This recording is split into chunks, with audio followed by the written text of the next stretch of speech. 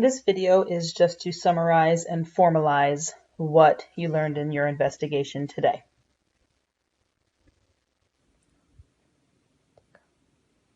This is a summary of what you should have discovered in the investigation today.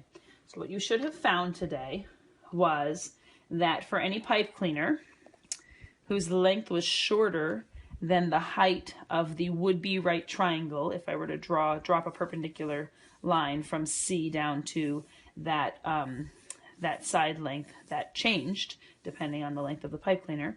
So if the pipe cleaner was shorter than that height, pretty obvious that you couldn't actually draw a triangle. For a pipe cleaner that was exactly the length of that height, you can draw a single triangle, and it also happens to be a right triangle. But there's no way to draw another triangle here because that pipe cleaner perfectly drops perpendicularly from the C vertex down to the undetermined length. For a pipe cleaner whose length was slightly longer than that height, but not longer than your given side, what you should have found was that you can actually create two different triangles. One acute triangle, and then if we pivot this pipe cleaner around here, you would have an obtuse triangle in here.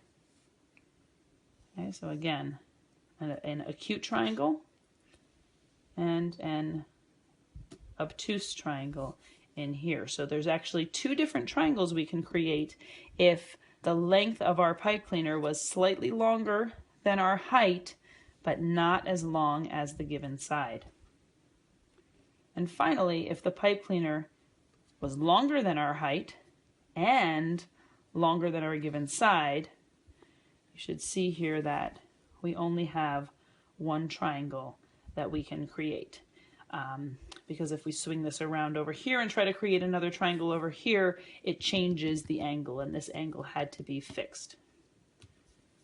Okay, so only one triangle for a pipe cleaner whose length was longer than the height and longer than the side. So to formalize,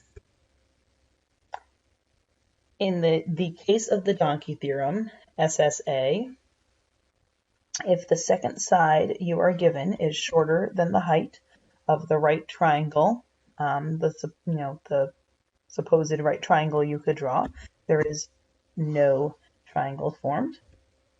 If the second side you are given in that SSA is the same height, then you form a single right triangle. If the second side you are given is slightly longer, but not longer than the first side you are given, you can form two triangles.